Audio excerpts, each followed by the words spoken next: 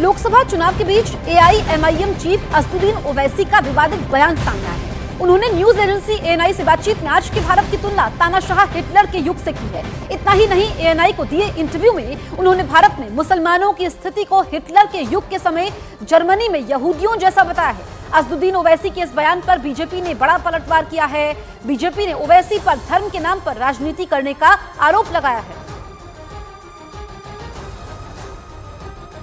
भारत में आज जो पोजीशन है मुसलमानों की, वो 1930 के हिटलर के ज़माने में जो यहूदियों से जो हरकतें होती थी वही स्टेज पे है। इधर असदुद्दीन ओवैसी के विवादित बयान पर बीजेपी ने जोरदार पलटवार किया है। उनके बयान को नफरती करार दिया है। सारी देश में हिंदू व मुस्लिमों एक ही है। हम कभी कोई रिलीजियस के खिलाफ नहीं है, मगर जो रिजर्वेशन है, रिजर्वेशन के बारे में भारतीय जनता पार्टी जो हाईकोर्ट का जजमेंट है अनकॉन्स्टिट्यूशनल है, यही प्रधानमंत्री रिफर कर रहे हैं। हम रिलीजियस के नाम पर रिजर्वेशन नहीं देना चाहिए। डॉक्टर बाबा साहब अम्बेडकर को भी यही बोलना था। हिटलर कौन था? निजाम था या कोई और था? ओवैसी को अपना दौर याद नहीं रखता है। जरा याद गिना दे तो कितने मुस्लिम देशों में लोकतंत्र है। बहुत हिटलर की बात याद आ रही है। इतनी ही हिटलर शाही है तो इतना बोल कैसे पा रहे हैं? अगर हिटलर शाही होती तो वैसे इतना बोल पाते? पहले तो ये खुद से पूछें सवाल, उसके बाद ये सब बयान दें। इधर कांग्रेस नेता ओवैसी के बयान का समर्थन करते दिखाई दे रहे हैं, तो वहीं यूपी के मंत्री ओम प्रकाश राजभर ने ओवैसी को मुसलमानों का दुश्मन करार दिया है। प्रधानमंत्री जिस तरीके के बयानात दे रहे हैं, कम्युनल स्टेटमेंट्स मुसलमानों के खिलाफ, उससे कोई भी आदमी किसी भी तरीके का बयान दे सकता है।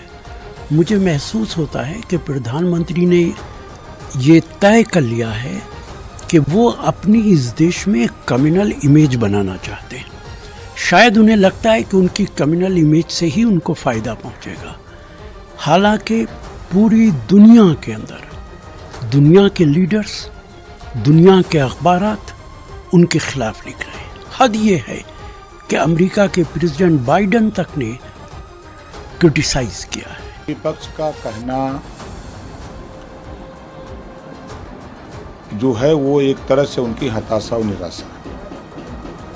सच्चाई जो चीज़ है, मुसलमानों का असली कोई दुश्मन है तो कांग्रेस, सपा और बसपा है। लंबे समय तक शासन कांग्रेस, सपा, बसपा ने किया है। बीजेपी से नफरत सिखाया तो कांग्रेस, बसपा, सपा ने सिखाया मुसलमानों को। और आज़ादी के बाद नौकरियों में 38% मुसलमान था, आज 1% रह गया है। कौन जिम्मेदार है? कांग्रेस, सपा, बसपा जिम्मेदार है। ओवैसी के बयान पर जहां बीजेपी हमलावर है, तो वहीं कांग्रेस नेताओं की मिलीजुली प्रतिक्रिया भी सामने आ रही है। ओवैसी के बारे में मैं क्या बताऊं, he can speak for himself. मैं ये कहूंगा कि मुस्लिम्स का जो अनुभव है कुछ सालों से अच्छा नहीं है हमारे देश में। ये इतिहास में पहली बार है कि कोई मुसलमान MP नहीं है, ना लोकसभा में ना राज्यसभा में कोई मुसलमान मंत्री नहीं है। मेरे ख्याल में बहुत गलत बात है जो बीजेपी सरकार ने की है। ये किसने कहा मुझे मालूम नहीं, और मैं समझता हूँ कि इस तरह की मायूसी की बात हिंदुस्तान में करना बिल्कुल गलत है और कोई मायूस होने की ज़रूरत नहीं है। देश की जनता हमेशा एक होकर के साथ साथ रही है।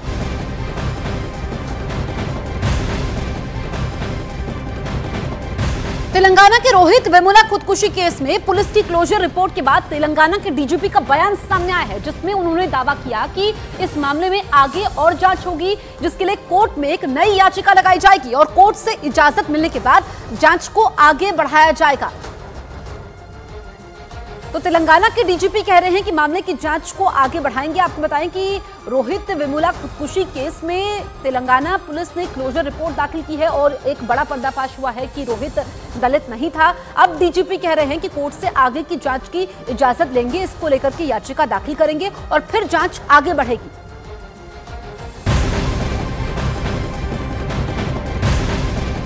तो रोहित वेमुला खुदकुशी केस में पुलिस की क्लोजर रिपोर्ट में बहुत बड़ा पर्दाफाश हुआ है। पुलिस की क्लोजर रिपोर्ट में दावा यह है कि रोहित वेमुला दलित नहीं थे, उनकी मां ने उन्हें एससी का सर्टिफिकेट दिलवाया था। तेलंगाना पुलिस का दावा यह है कि रोहित वेमुला को भी पता था कि वो एससी नहीं है और इसी डर की वजह से उसने खुदकुशी की थी। पुलिस ने अपनी क्लोजर रिपोर्ट में सभी आरोपियों को क्लीन चिट दे दी है। तो साल 2016 में तेलंगाना यूनिवर्सिटी के छात्र रोहित वेमुला ने खुदकुशी की थी और अब इतने सालों बाद पुलिस ने क्लोजर रिपोर्ट दाखिल की है। असली जाति उजागर होने के डर से आत्महत्या की है, ये क्लोजर रिपोर्ट में लिखा गया है। तो तेलंगाना पुलिस की जो रिपोर्ट सामने आई है उससे बड़ा पर्दाफाश होता है और वेमुला केस में पुलिस ने सभी आरोपियों को क्लीन चिट दे दी है। तेलंगाना हाईकोर्ट में तेलंगाना पुलिस ने यह क्लोजर रिपोर्ट दाखिल की।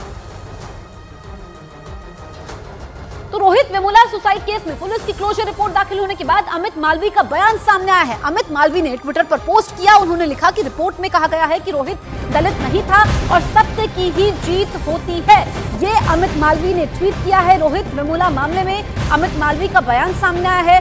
बीजेपी नेता अमित मालवीय ने सोशल मीडिया प्लेटफॉर्म एक्स पर लिखा कि अंत में सत्य की ही जीत होती है और ये भी लिखा है अमित मालवीय ने कि रोहित दलित नहीं था, ये साफ हो गया है। तो तेलंगाना पुलिस ने जो क्लोजर रिपोर्ट दाखिल की है और उसके बाद सभी आरोपियों को क्लीन चिट भी दी गई है, उसके बाद अमित मालवीय ने ये पोस्ट साझा किया है।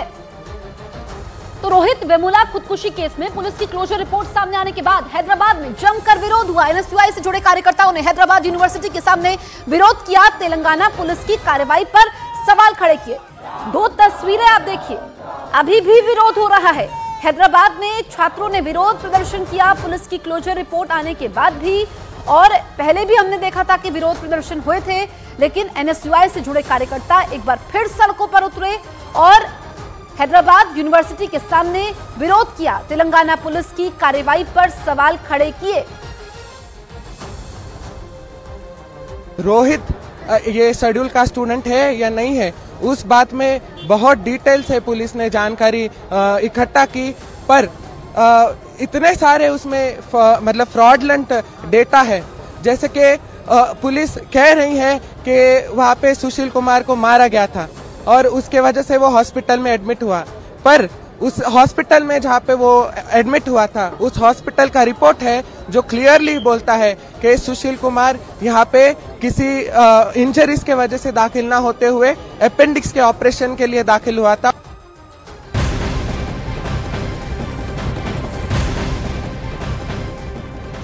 बीजेपी ने रोहित वेमुला और अमित शाह के एडिटेड वीडियो के मामले में कांग्रेस पर निशाना साधा और कहा कि इस मुद्दे पर कांग्रेस पार्टी को देश से माफी मांगनी चाहिए।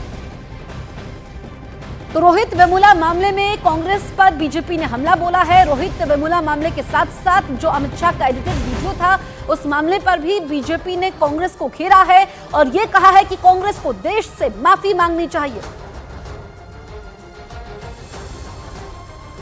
रोहित वेमुला से लेके और डीप फेक वीडियो जो है अमित शाह जी की, उसका भी केंद्र बिंदु कहीं ना कहीं तेलंगाना रहा है। उसमें आँच वहाँ के मुख्यमंत्री तक पहुँची है, उनको उसमें सफाई देना चाहिए और कांग्रेस और विपक्ष के नेताओं को सार्वजनिक तौर पे आके भारतीय जनता पार्टी के लोगों से माफ़ी मांगनी चाहिए, देश से माफ़ी मांगनी चाहिए।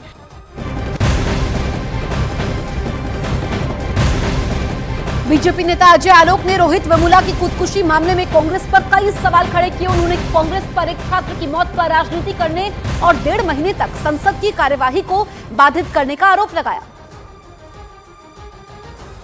तो रोहित वेमुला केस पर कांग्रेस पर बीजेपी ने बड़ा हमला बोला है। कांग्रेस ने युवक की मौत पर राजनीति की, ये बीजेपी कह रही है और कार्यवाही सदन की बाधित की है। 1.5 महीने तक कांग्रेस ने सदन की कार्यवाही को बाधित किया था। रोहित वेमुला की आत्महत्या हमारे लिए एक झटका थी, क्योंकि हम केंद्र सरकार में थे और हम सेंसिटिव हैं। वो दलित थे या नहीं थे ये कोई इशू नहीं था। इशू ये था हमारे लिए कि एक देश का युवा आत्महत्या करने को क्यों मजबूर हो रहा है, ऐसी कौन सी परिस्थितियां बन गई। एक केंद्र सरकार की तरह हम संवेदनशील थे उस वक्त भी और आज भी हैं, लेकिन तो सवाल उन लोगों पे उठना चाहिए कि इसी रोहित वेमुला के चक्कर में 1.5 महीने पार्लियामेंट नहीं चलने दिया गया था। कहा गया था कि दलित विरोधी है नरेंद्र मोदी, आदिवासी विरोधी है नरेंद्र मोदी। यही राहुल गांधी थे, ये फर्जी झूठे राहुल गांधी उस वक्त नाटक कर रहे थे। तो रोहित वेमुला ने साल 2016 में खुदकुशी की थी। तब इस मामले में जमकर सियासत हुई थी और हंगामा भी खूब हुआ था। 17 जनवरी 2016 की अगर हम बात करें तो रोहित वेमुला ने हैदराबाद यूनिवर्सिटी में अपने हॉस्टल के कमरे में खुदकुशी की थी। रोहित की आत्महत्या के बाद कई शहरों में विरोध प्रदर्शन भी हुए थे। रोहित वेमुला का नाम उन 5 छात्रों में था जिन्हें हैदराबाद यूनिवर्सिटी के हॉस्टल से निकाल दिया गया था। रोहित वेमुला समेत 5 छात्रों में 2015 में एबीवीपी के मेंबर पर हमला करने का आरोप था। हैदराबाद यूनिवर्सिटी ने शुरुआती जांच में 5 छात्रों को क्लीन चिट दी थी, लेकिन बाद में सभी के खिलाफ कार्रवाई की गई और ये केस काफी सुर्खियों में आया। उसके बाद हमने देखा कि संसद की कार्यवाही भी यहाँ पर बाधित होती है। सदन की कार्यवाही को बाधित 1.5 महीने तक किया जाता है और अब 2024 में तेलंगाना पुलिस ने क्लोजर रिपोर्ट दाखिल की है।